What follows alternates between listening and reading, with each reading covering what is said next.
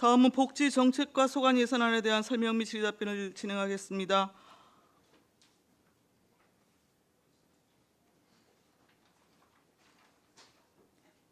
박희열 복지정책과장님 나오셔서 소관 예산안에 대해서 설명해 주시기 바랍니다.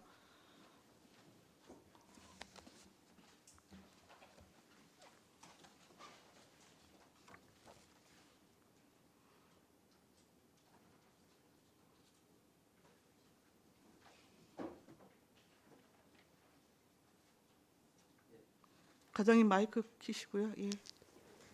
복지정책과장 박희열입니다. 의정활동에 노고가 많으신 박상순 위원장님을 비롯한 위원님들께 감사를 드립니다. 복지정책과 소관 2019년도 제1회 추가경정예산 세출 예산안에 대해서 설명드리겠습니다. 복지정책과 추경 예산액은 기정 대비 2,862만 원이 증가한 총 70억 6,150만 4천 원으로 세출 예산 내역서 1페이지 세부 항목별로 설명드리겠습니다. 복지정책과 주민생활지원 예산입니다. 예산안 설명서 99쪽이 되겠습니다. 주민생활지원 예산은 안성시 주부 모니터단과 관련하여 행정안전부에서 운영하는 생활공감 정책 참여단과의 기능 종목으로 통합 운영하기 위하여 본 예산에 활동 보상금을 계상하지 않았으나 제5기 안성시 주부 모니터를 선정하여 운영하기로 함에 따라서 활동 보상금 120만 원을 편성하였습니다. 사회복지시설 종사자 상해보험 지원 예산은 사회복지시설 종사자의 상해보험으로 도비와 시비를 50대 50으로 매칭하여 1인 1만 원을 지원하고 있으며 본 예산 대비 380명에서 403명으로 23명이 증가됨에 따라 도비가 병적 내시되어 사회복지 사업 보조금 23만 원을 정액 편성하였습니다. 무한돌봄센터 운영지원 예산은 1페이지 사무관리비 200만 원, 2페이지 공공운영비 100만 원과 행사운영비 400만 원 등 일반 운영비 700만 원을 감액하였고 3페이지에 민간사례관리사 퇴직금 1,987만 9천 원을 감액하여 총 감액 2,687만 9천 원을 2페이지에 무함돌봄 네트워크팀 운영 민간의탁금 중 종사자 인건비 상승분 2,532만 4천 원과 5페이지에서 다시 설명드리겠습니다마는 민간사례관리사 인건비 155만 5천 원을 정액하였습니다. 민간사례관리사 임용퇴직금은 5년분 퇴직금 중 금년 1년분을 제외한 4년분을 감액하는 것으로서 퇴직금은 도비 40%, 시비 60%로 구성되는데 지급 사유가 발생되지 않으면 적립금 임시 보관 방법이 없어서 도비를 반납하게 되므로 사유 발생 시 편성하기로 하고 감액하고자 합니다. 다음 3페이지가 되겠습니다. 읍면동 맞춤형 통합 서비스 지원 예산은 읍면동 사례관리 운영비인 일반 운영비를 2,475만 원을 감액하여 의료비, 생활지원비 등 읍면동 사례관리 사업비인 사회보장적 수혜금으로 이전하여 정액하고자 합니다. 4페이지 지역복지 인적안전망 활성화 행사 운영비는 명예사회복지 공무원 역량 강화 지역비 예산 중 240만 원을 감액하여 민간 교육 참석자 참석 실비로 사용하기 위해서 행사 실비 보상금, 식비 등으로 240만 원을 편성하고자 합니다. 계속해서 법률 홍답터 운영 예산은 취약계층 법률 서비스 제공을 위한 사업비로 2018년까지는 인터넷 사용료를 무한돌봄센터 운영지원 사업비 중 사무관리비에서 집행해 왔으나 2019년부터 세출예산 집행 기준의 인터넷 사용료를 공공운영비로 집행하도록 변경되어 법률 홈닥터 운영사업에 인터넷 사용료 70만 3천 원을 편성하였습니다. 통합사례관리 교육은 읍면동 맞춤형 복지팀 및 민관기관 사례관리 담당자의 전문성 강화 경유 및 워크숍 진행을 위한 사업으로 2017년부터 매년 10회 정도 운영하고 있으며 2019년 3회차까지는 행정과 직무능력 육성 사업에서 강사료를 집행하였으나 2019년 2분기부터는 업무 소관 부서에서 예산을 편성 운영하고자 행사 운영비 500만 원과 행사 실비 보상금 110만 원을 편성하였습니다.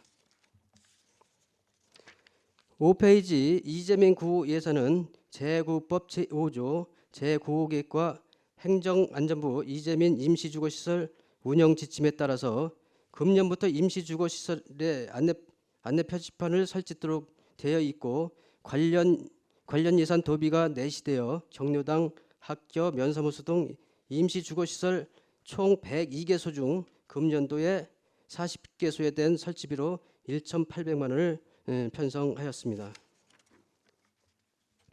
반환금 기타 예산은 사회복지정보센터 운영 등 도비 사업의 집행 잔액 및 이자 반납을 위하여 54만 원을 편성하였습니다.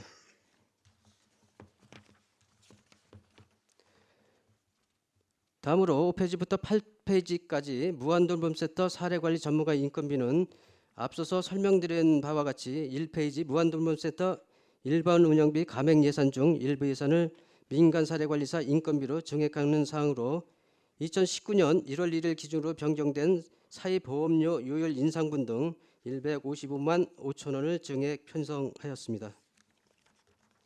마지막으로 기본경비는 노후화된 사무용 노트북 교체 구입 비용 150만 원과 사례관리용 휴대폰 한 대 구입비 34만 7천 원을 신규 편성하였습니다. 복지정책과 추경예산의 신규 사업 또는 증액 사무로는 주부 모니터 보상 120만 원, 사회복지시설 종사자 상해본 23만 원, 법률 홍닥터 인터넷 사용료 70만 3천 원, 통합사례관리교육 610만 원, 이재민 임시주거시설 안내표지판 1,800만 원, 반환금 54만 원, 자산취득비 184만 7천 원으로 총 2,862만 원의 증액 요인이 되겠습니다. 이상으로 복지정책과 소관 2019년도 제1회 추가경정 세출 예산안에 대한 설명을 모두 마치겠습니다. 감사합니다. 박효열 복지정책과장님 수고하셨습니다. 전문위원 검토 보고는 이미 배부해 드린 검토 보고서로 대신하겠습니다. 위원들께서는 궁금하신 사항에 대해서 질의하실 때에는 발언권을 얻은 다음에 말씀해 주십시오. 배석하신 팀장님들께서도 발언을 하실 경우에는 직위와 성명을 먼저 말씀하신 다음에 발언을 해주시기 바랍니다. 위원님들께서는 궁금하신 사항에 대해서 질의해 주시기 바랍니다.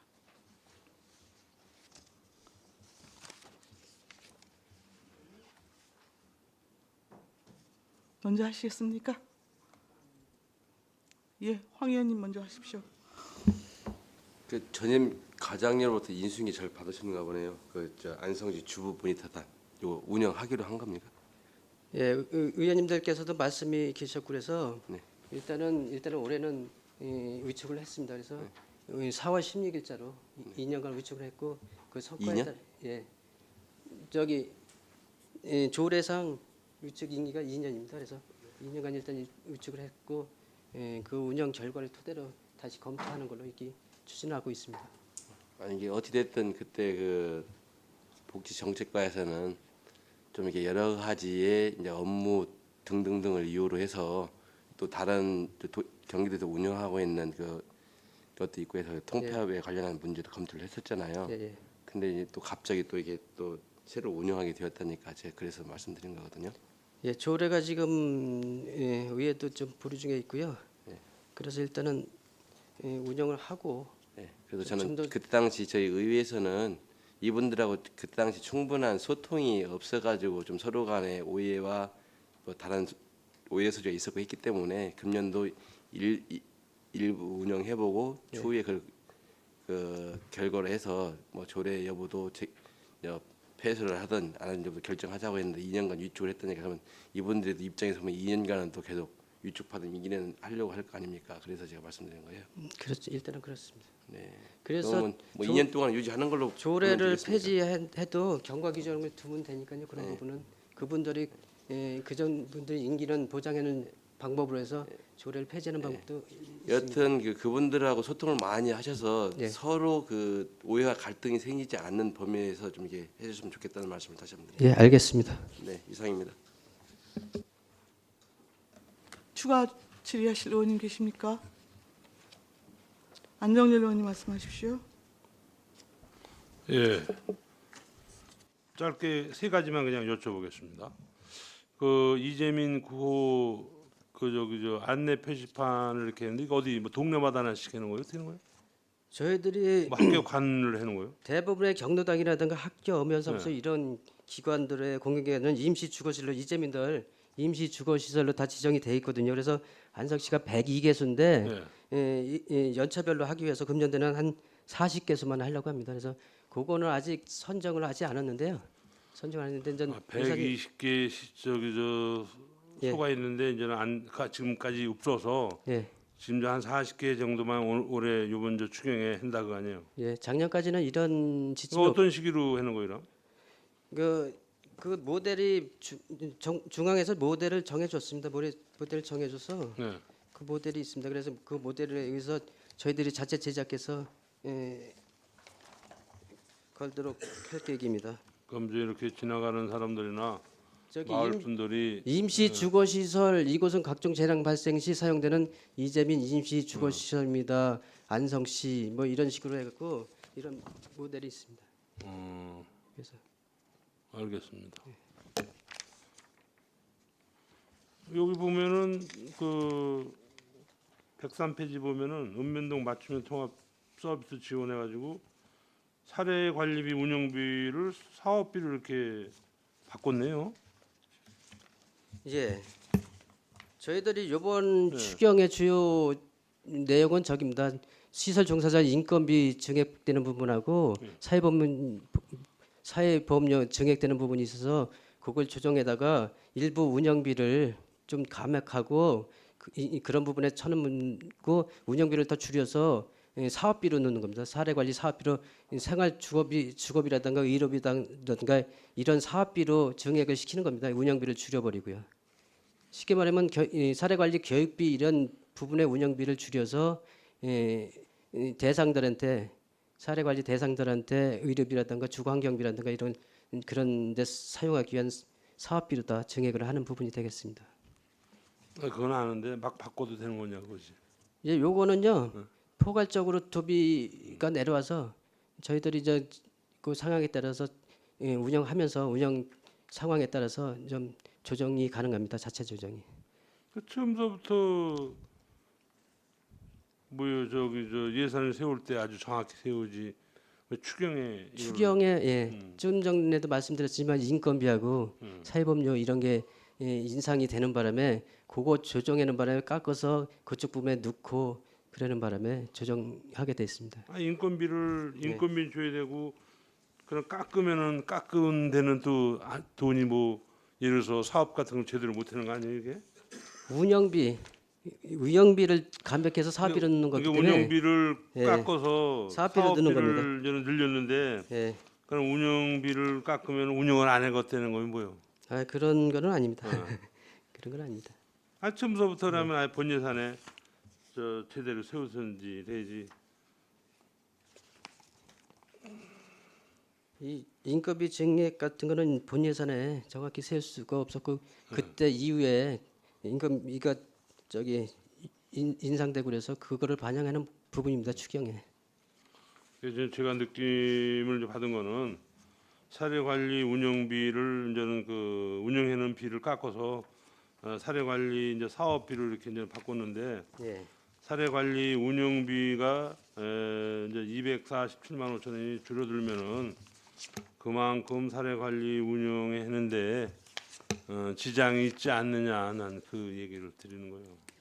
조금은 뭐 큰 지장은 아니지만 조금의 축소되는 건 있겠죠. 아무래도 금액이 줄어드는 만큼 또 그 대신 또 두 번 할 거 한 번 하더라도 내실을 기해서 하겠습니다. 그래요. 이런 거는 하여간 저 본예산도 이제 정확히 이제 세워서 하시기 바랍니다. 예, 알겠습니다. 추가 질의하십시오, 의원님들. 제가 우리 복지정책과과 예산을 보다가요. 네. 이게 막 편성목도 막 바뀌고 막 이쪽에서 뺐다가 저쪽으로 넣고 막 해갖고요. 보기가 너무 힘들더라고요. 그래서 예를 들면 지금 101쪽 모함돌봄센터 예, 관련해서 보면 민간 통합 워크숍 운영비 지금 700만 원을 전액 삭감하셨잖아요. 그렇죠? 어떤 거요?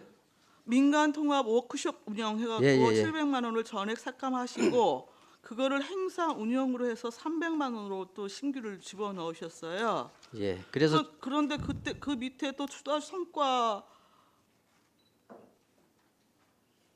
이게 지금 전년도 행사 운영비 700만 원을 감액하면서요. 네. 행사 운영비로 따지면 300만 원을 그러니까 300만 원을 남기고 400만 원만 감액을 했으면 이게 보기 좋았는데 이 700만 원 있던 게 워크숍 운영이라 해서 다른 워크숍과 말이 중복돼서 상당히 이해하는데 어려움이 있어서 용어상 그래서 300만 원만 남기고 400만 원 감액했으면 빠른 건데 네. 워크숍이라는 말을 없애고 행사 운영으로 부기를 변장하기 위해서 그런 형식을 택했던 겁니다.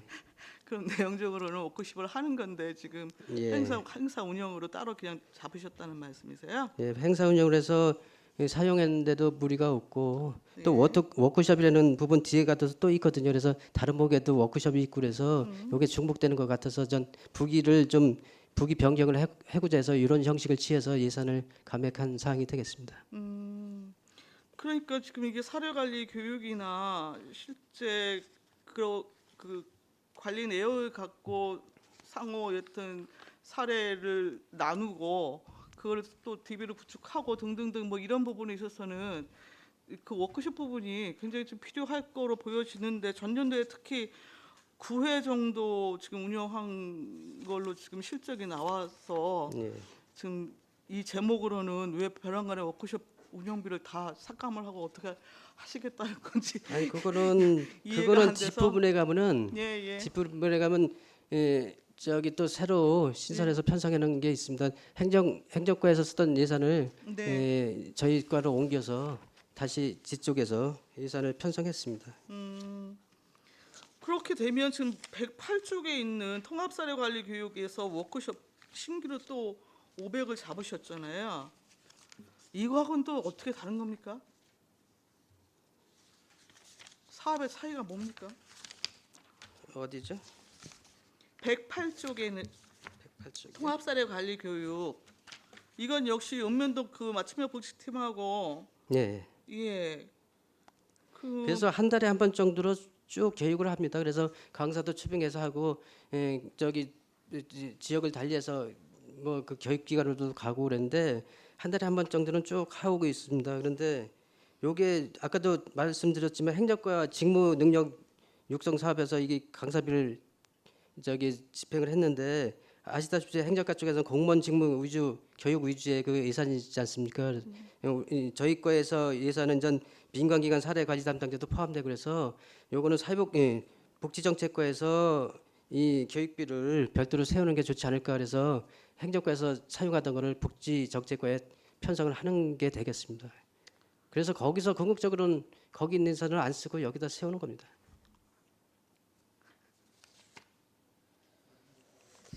예. 그리고 이재명 부호 관련해 갖고요. 예. 이게 재고법이나 재난및 안전관리기본법에 따른 내용으로 좀 보여지는데 예. 이게 굳이 우리 복지정책과로 왔네요. 제가 알기로는 임시주거시설로 지정할 수 있는 기준이 좀 명확하게 있는 걸로 알고 있는데 아까 그 몇 개가 있다고 그러셨죠? 102개소가 있습니다. 102개소가 있다고요? 예. 이거 좀 현황 현황 좀 개별적으로 부탁을 드리겠습니다. 컨트롤 타워하는 거는 안전총괄과에서 재난 및 안전관리 기본법이라고 있습니다. 네. 거기서 재난을 당하신 이재민 부분에서 이재민 구호에 대해서는 복지정책과에서 하고 있습니다. 그래서 본 예산에 300만 원 있는 게 이재민 의림이 구호비 300만 원이 있고 네네. 요번에 신규로 하는 것이 안내판 설치라 해서 신규로 하고 있습니다. 그래서 어떻게 보면 이원화 됐다는 느낌도 들고 그런 업무가 되겠습니다. 예, 좀 그런 측면이 없지 않아 있네요. 네. 예. 그래서 요번에 이게 작년까지는 없었는데요. 올해부터 하게 돼 있어서 도비가 내시가 됐습니다. 그럼 대부분 뭐 이렇게 노인정 같은 경우에 숙박이 일정 정도 가능하다는 것을 전제로 했을 경우에 무더위 쉼터도 되고 우리 또 예, 그렇죠. 이재민 의료 및 구호에 관한 시설도 되고 경로당 쭉- 같은 쭉 경우에는 되겠네요. 여러 가지가 많이 지정이 됐을 겁니다. 경로당 같은 경우. 예, 잘 알겠습니다. 자, 추가 질의 없으시죠? 복지정책과 소관 예산안에 대한 설명 및 질의 답변 모두 마치겠습니다. 박희화 복지정책과장님 이하 공직자 여러분 수고하셨습니다.